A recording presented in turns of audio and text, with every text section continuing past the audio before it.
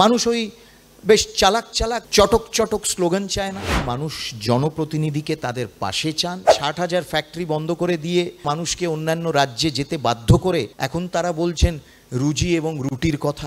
আমাদের মূল্যাঙ্কন করার প্রথা এবং পদ্ধতি সবটাই এত শ্যালো হয়ে যাচ্ছে, সবটাই একটা গ্ল্যামার কোশেন্টের ওপর নির্ভর করছে। সেই জন্যে আজকে পশ্চিমবঙ্গে রাজনীতির এই অবস্থা। বামেরা যত না বলে, যত না গ্রাউন্ডে আছে, তারা তাদের হাইপটা ততাধিক হয়। তারা কোনো ফ্যাক্টর না, তারা কিছু পকেটসে রয়েছে। এই ইলেকশন হচ্ছে নরেন্দ্র মোদীর ইলেকশন, তাকে প্রধানমন্ত্রী করার ইলেকশন। তিনি প্রধানমন্ত্রী হচ্ছেন 4 জুন, এটা পরিষ্কার। নমস্কার, শুরু করছি বাংলা হান্ট আর প্লাস এর নিবেদন টাফ ফাইট। টাফ ফাইটের প্রথমেই বিশেষ করে এখন যে অবস্থায় আমরা এসে পৌঁছেছি, আর একটা মাত্র দফা নির্বাচন বাকি আছে, তারপর দেশের ক্ষমতায় কারা আসবেন সেটা পরিষ্কার হয়ে যাবে। আর একটা মাত্র দফা, বিভিন্ন কেন্দ্রের মধ্যে বাংলায় সবার চোখ যাদবপুর কেন্দ্রে। কি হবে সেখানে? আমাদের সঙ্গে টাফ ফাইটে আজকে রয়েছেন ডক্টর অনির্বাণ গাঙ্গুলি, ভারতীয় জনতা পার্টির প্রার্থী যাদবপুর কেন্দ্রে। অনির্বাণদা, আপনার তো বিরাট পরিচয়। বিশেষ করে ডক্টর অনির্বাণ গাঙ্গুলি মানেই চোখের সামনে ভেসে ওঠে একজন আদর্শ ভদ্র বিদ্বান বাঙালি। লোকসভা নির্বাচনের লড়াইতে আপনাকে লড়তে হচ্ছে তৃণমূলের সঙ্গে, লড়তে হচ্ছে সিপিআইএমের সঙ্গে, এবং সেখানে আইএসএফ প্রার্থী সহ অন্যান্য প্রার্থীরা আছে। শেষ দফাতে এসে কি মনে হচ্ছে? অনেকে বলছেন অনির্বাণ গাঙ্গুলি বিশিষ্ট ভদ্র মানুষ, তাকে কঠিন একটি লড়াইতে ফেলে দিল বিজেপি। মনে হচ্ছে লড়াইটা সত্যি খুব কঠিন। আমরা সব লড়াইটা, যেটা আমি প্রথমে বলেছিলাম, সব লড়াইটা 100% নিজের শক্তি, নিজের স্ট্যামিনা সব দিয়ে লড়ি, লড়াই যতই কঠিন হোক না কেন। এবং আমরা কোনো লড়াইটাকে ছোট, কঠিন, সরল হিসেবে দেখি না। এটাই আমাদের ট্রেনিং। এবং ভদ্র ব্যক্তিত্ব রাজনীতিতে এই দেশের ইতিহাসে অতীতে অনেকে ছিলেন, এখনও আছেন। এবং সেটা মানে it should not sound as if that's a misnomer আর কি, দ্যাট শুড বি নর্মাল। এবং পশ্চিমবঙ্গের ইতিহাসেও একদা সেটা খুব সহজ সরলভাবে মানুষ দেখেছে। এবং সেই জন্যে লড়াই, প্রত্যেকটা লড়াই সম্পূর্ণভাবে লড়া, এবং সব রকম লড়াই লড়া যেতে পারে, এবং সেই লড়াই সঠিকভাবে লড়ে জিত হাসিল করা, এটাই হচ্ছে লক্ষ্য। আপনি যে কথা বলছিলেন এটা ঠিক কথা। আমরা সবাই চাই ভদ্র মানুষরা রাজনীতি থাকুক, রাজনীতির মূল স্রোতে থাকুক, কিন্তু আমরা তো দেখি উল্টোটাই আর কি। রাজনীতিতে ভদ্রলোকের কতিপয় সংখ্যা রয়েছে, হাতে গুনে বলা যায়।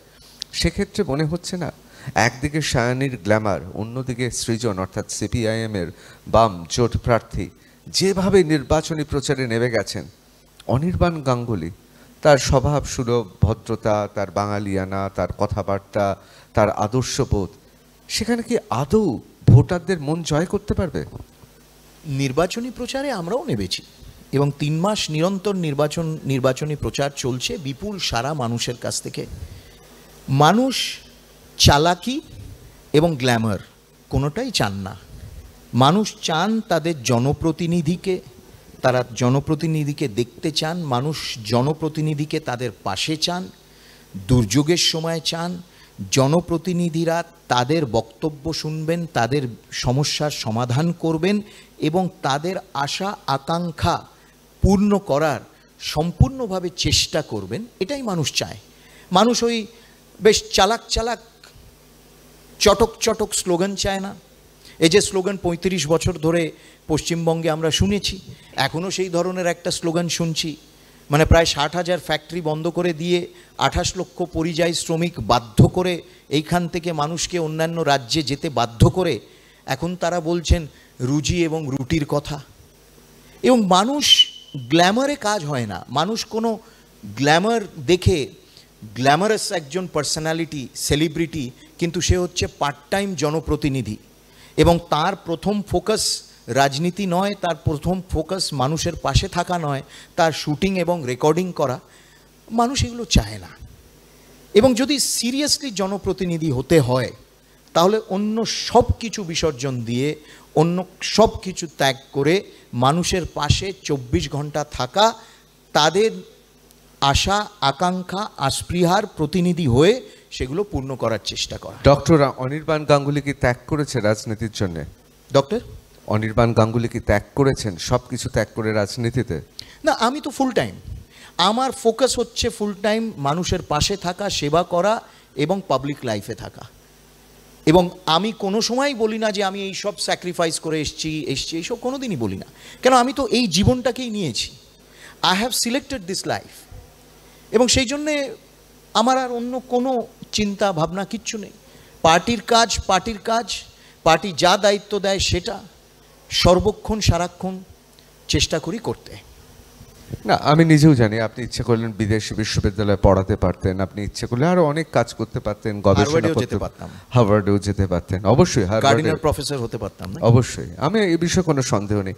কিন্তু এটা আমাকে খুব দুঃখের সঙ্গে আপনাকে বলতে হচ্ছে, আপনি কিছু মনে করবেন না, কারণ নির্বাচনের একদম শেষ মুহূর্তে অনির্বাণ গাঙ্গুলি পিছিয়ে রয়েছেন। সৃজন ভট্টাচার্য সিপিএম প্রার্থী, বাম জোটের প্রার্থী এবং তৃণমূল প্রার্থী সায়নী ঘোষের থেকে আপনি পিছিয়ে তুলেছে। কারণ হচ্ছে পিছিয়ে রয়েছেন, আমি কেনটা বলছি, সেলফির ওপর দুজনের যা সেলফি তুলছে দেখছি, অনির্বাণ গাঙ্গুলি কি সেলফির লড়াইতে পিছিয়ে পড়েছে? না, আমি অ্যাকচুয়ালি সেলফ সেন্টার্ড নয় বলে খুব একটা সেলফিতে বিশ্বাস করি না। এবং সৃজনের সঙ্গে যেভাবে সেলফি তুলছে, সায়নীর সঙ্গে যেভাবে সেলফি তুলছে, অনেকে বলছেন যারা অনির্বাণ গাঙ্গুলির খুব কাছের মানুষ, না মানে আমি তো চিন্তিত হয়ে পড়ছি যে আপনারা কে কার সাথে কতগুলো সেলফি তুলছে সেই নিয়ে আপনারা রাজনৈতিক বিশ্লেষণ এবং মূল্যাঙ্কন করছেন। So I am a little worried about your capacity and your assessments, এবং আপনারা কিভাবে করেন সেটা কিন্তু ভাববার বিষয়। আপনি বলছেন যে, এবং আমি তো মানে বুদ্ধবাবু বা জ্যোতিবাবুর আমলে বা বিধান রায়ের আমলে তো সেলফির কালচার ছিল না, হ্যাঁ, কিন্তু they were all mass leaders. তো সেই সময় কিভাবে অ্যাসেসমেন্টটা হতো এটাও একটা ভাববার বিষয়। মানে অর্থাৎ আমাদের মূল্যাঙ্কন করার প্রথা এবং পদ্ধতি সবটাই এত শ্যালো হয়ে যাচ্ছে, সবটাই একটা গ্ল্যামার কোশেন্টের ওপর নির্ভর করছে। সেই জন্যে আজকে পশ্চিমবঙ্গে রাজনীতির এই অবস্থা। এবং কিছু মুষ্টিমেয় মানুষ তারা এই যে অ্যাসেসমেন্টের মাধ্যমে একটা বিশ্লেষণ করার চেষ্টা করছে, এটা আমার মনে হয় যে এর গ্রহণযোগ্যতা কতটা সেই নিয়েও একটু চিন্তা ভাবনা করা উচিত। আপনি বলছেন তার মানে নির্বাচনের ময়দানে কে কার সঙ্গে কতটা সেলফি তুললো সেটাকে রাজনীতির লড়াইতে, এমনকি ভোটের অঙ্কে তার কোনো প্রভাবই নেই? একেবারেই না। ভোটের অঙ্কে যদি সেই প্রভাব থাকতো তাহলে বিশাল বিশাল জনসভা সবটাই ভোটে কনভার্ট হতো। সেই জন্যে সব রকম চলে, কিন্তু সেলফির ওপর আবার ভোট কোশেন্ট ক্যালকুলেট করা, এটা যাই হোক একটা নতুন পদ্ধতি শুনলাম। না, এটা শুধু আমার পদ্ধতি না, এই পদ্ধতিতে যাদবপুরের লোকেরা বলছেন যারা আপনাকে ভালোবাসেন যে সেলফিতে অনির্বাণ গাঙ্গুলি পিছিয়ে গিয়েছেন। কিন্তু খুব সুন্দর চমৎকার উত্তর দিয়েছেন আপনি।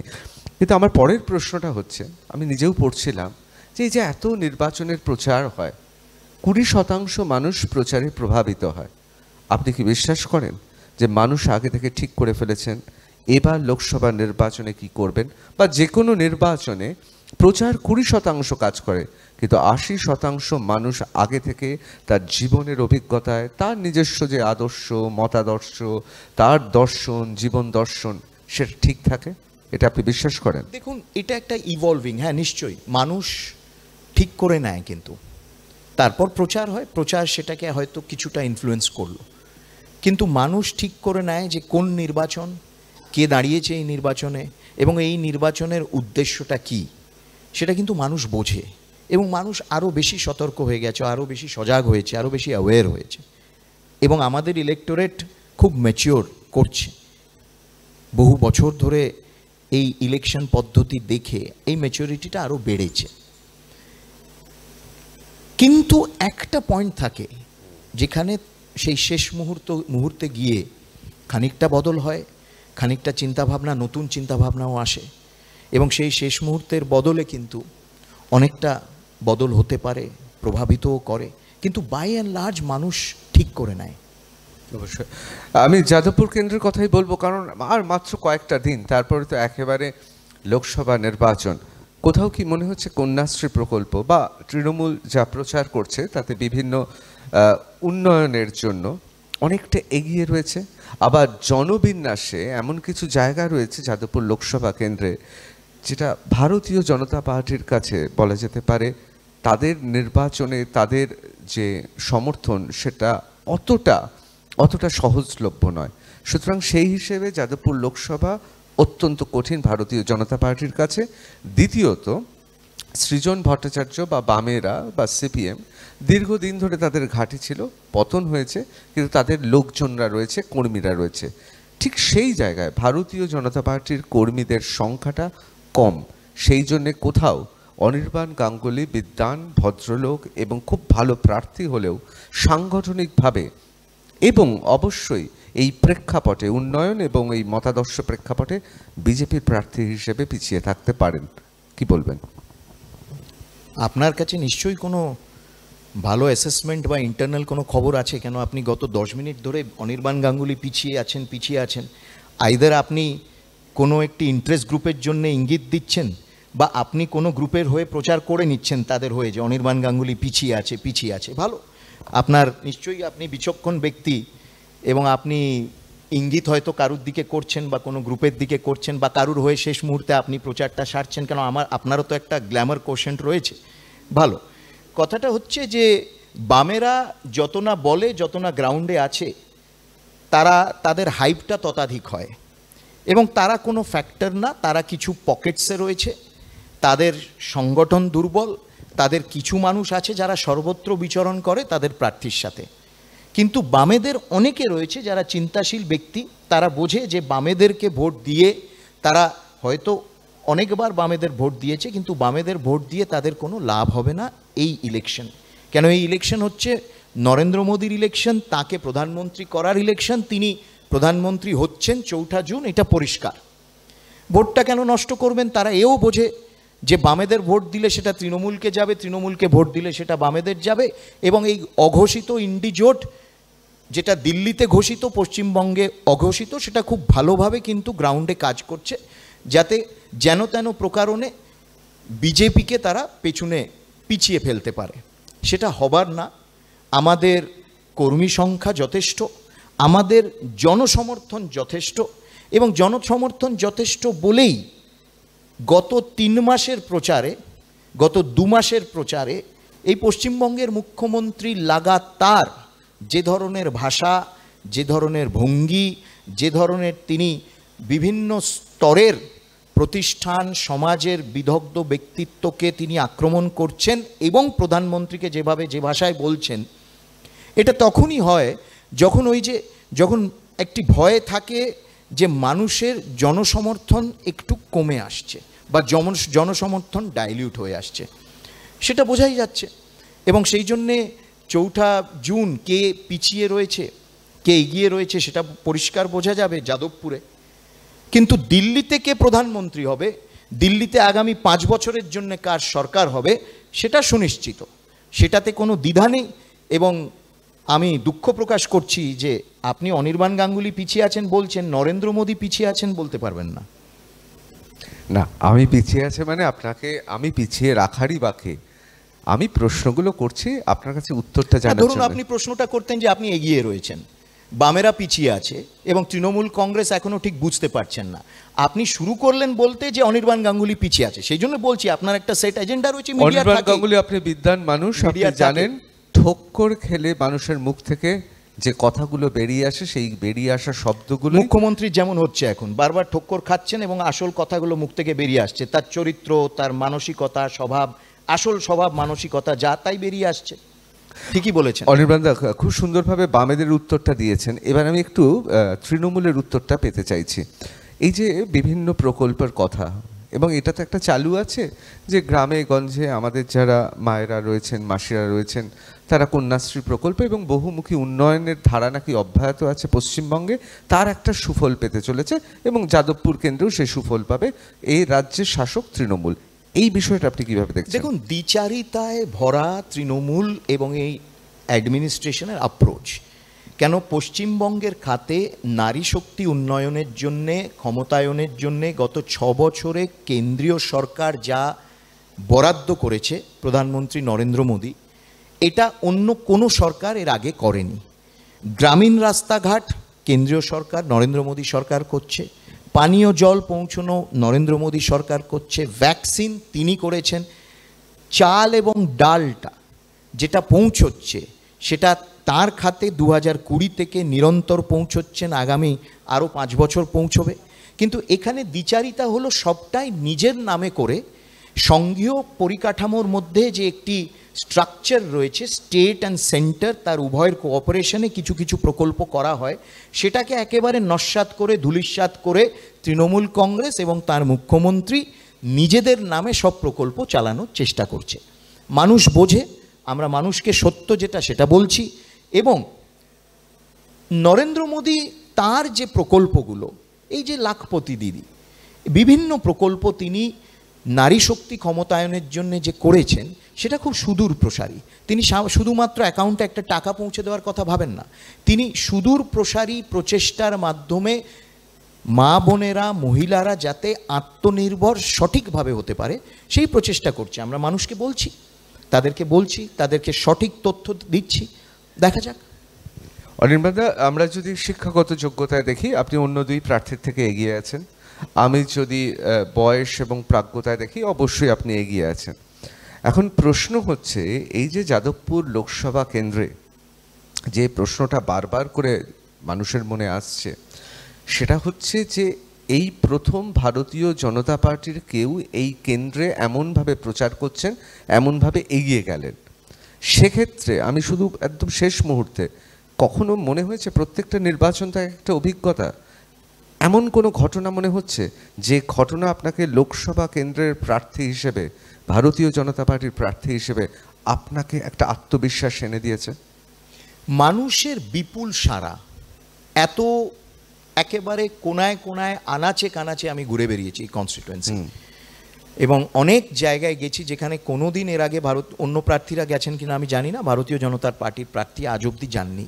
বিভিন্ন জায়গায় গেছি এবং সেখানে মানুষের সাড়া, অভূতপূর্ব সাড়া, সৌজন্য এবং একটা উষ্ণ অভ্যর্থনা আমি পেয়েছি মানুষের কাছ থেকে, এবং এটা কিন্তু সত্যি আমার মনের মধ্যে দাগ কেটেছে। এবং এটা যদি ট্রান্সলেট হয় ভোটে, এবং এটা যদি সত্যি ভোটে ট্রান্সলেট করা যেতে পারে, তাহলে দের ইজ নো কোয়েশ্চেন মানুষের জনসমর্থন, বিপুল জনসমর্থন ভারতীয় জনতা পার্টি পাবে। তিনজন প্রার্থী লড়ছেন, তিনজনেই আগের বার বিধানসভায় হেরেছেন। কোথাও মনে হচ্ছে একটা কিলার্স ইনস্টিংক্ট কাজ করছে? কিলার্স ইনস্টিংক্ট কাজ করছে বলতে মানে আপনাদের ক্ষেত্রে তিনজন প্রার্থী, আমি আপনার ক্ষেত্রে জিজ্ঞেস করব। কিলার ইনস্টিংক্ট তো থাকতেই হয় পলিটিক্যাল, আপনি ইলেকটোরাল পলিটিক্সে সব জায়গায়, আপনি রাজনীতিতে মানেই কিলার ইনস্টিংক্ট থাকতে হয় সব সময়। কি মনে হচ্ছে শেষ আর কয়েকটা দিন কি স্ট্র্যাটেজি? সে স্ট্র্যাটেজি তো খুলে সবার সামনে বলবেন না, আরো মানুষের কাছে যাওয়া, নাকি চুপচাপ ফুলে ছাপে ভরসা? না, দুটোই চলছে। একটা হচ্ছে মানুষের কাছে যাওয়া, সংগঠনকে আরো সাজানো, বিভিন্ন যেগুলো থাকে লাস্ট মাইল যে কানেক্টিভিটিগুলো করার, সেইগুলো করা, কাজ চলছে। আমার শেষ প্রশ্ন, দেখুন যে কোনো লড়াইতে হার থাকে, জিত থাকে, আমি এর মধ্যে যাচ্ছি না, কিন্তু যদি এই লড়াইতে জেতেন তাহলে যাদবপুর কি পাবে? যাদবপুর একজন full time member of parliament পাবে, যেটা গত 15 বছর পায়নি। তারপরে সবটা পরে, আগে একজন full time committed member of parliament পাবে। প্রতি সপ্তাহে কি আপনাকে বিভিন্ন জায়গায়, অবশ্যই দিল্লিতে কাজ থাকলে, পার্লামেন্ট থাকলে হয়তো নিশ্চয়ই আপনি ব্যস্ত থাকবেন? প্রতিদিন, প্রতি সপ্তাহ না, আমরা তো আর উইকেন্ড পলিটিক্স করি না, বা আমাদের ব্যাংককে হলিডেও নিতে হয় না। আমাদের নিজস্ব যদি কোনো সময় চিকিৎসা দরকার লাগে আমেরিকায় চোখ দেখাতেও যেতে হয় না, আমরা এখানেই যা চিকিৎসা অ্যাভেলেবেল আছে করি। সেই জন্য ফুল টাইম এভরি ডে, ওই যে 24/7 ফর 2047, এটা একদম গ্যারেন্টি? একদম গ্যারেন্টি, এবং এটা আমার থ্রু দিয়ে মোদি গ্যারেন্টি। অসংখ্য ধন্যবাদ। অনির্বাণদা, আপনাকে অনেক অপ্রীতিকর প্রশ্ন করেছি, একেবারে শেষ মুহূর্তের লড়াই, না ঝড় জল বৃষ্টি রোদ থাকবে, আমরা অপ্রীতিকর প্রশ্ন নিতে সবসময় রাজি এবং প্রস্তুত এবং অ্যাপ্রিসিয়েট করি, ধরুন কেউ অপ্রীতিকর প্রশ্ন করে, আমাদের এই হ্যাবিট নেই বলা, ও তো মাওবাদী, বার করে দাও, আমরা বলি না এগুলো। অসংখ্য ধন্যবাদ। রোদ জল বৃষ্টি অগ্রাহ্য করে এখন প্রচার চলছে। সুস্থ থাকুন, ভালো থাকুন অনির্বাণ দা। ধন্যবাদ। ধন্যবাদ।